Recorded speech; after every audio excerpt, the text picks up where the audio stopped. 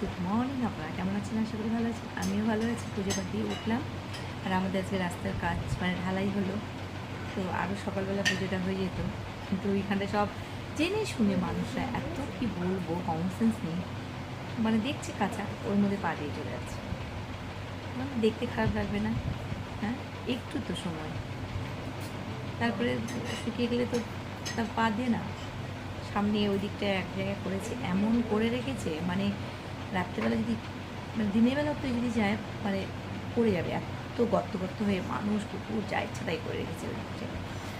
হ্যাঁ, তাই হচ্ছে এই মানে কি বলবো, মানুষের এখানটায় যদি বুদ্ধি না থাকে বলে লাভ নেই, তাই না?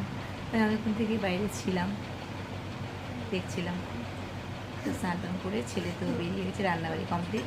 ছেলে যেহেতু আজকে 9টায় ছিল, 9টা থেকে ডিউটি ছিল, তো 8:30টায় খেয়ে দিয়ে বেরিয়ে গেছে। তো সকাল সকাল রান্না বসিয়ে দিয়ে হয়ে গেছে আমার, সকাল সকাল রান্না হয়ে গেছে। আর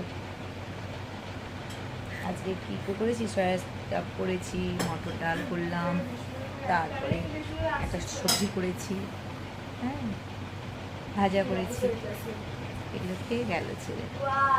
মেয়ে তো এখন টিফিন করছে। আমি রুটি খেয়েছি, রুটি করেছিলাম আম দিয়ে রুটি, একটা রুটি খেয়েছি, ও খেলো না। আটা মেখে রেখে দিলাম রাতে, তো ওকে বললাম তুই খাবে না। এই তো যাই হোক, শর্ট ভিডিও করবো এখন। লাইক কমেন্ট শেয়ার করতে, লাইক করছেন না আপনারা কেন? দেখে চলে যাচ্ছেন।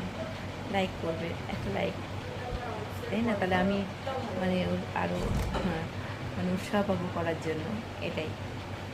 যাই হোক, তবুও করবো, আমার ফ্যামিলি বলে কথা। আপনারা রাখছি, দেখা হচ্ছে শর্ট ভিডিওতে।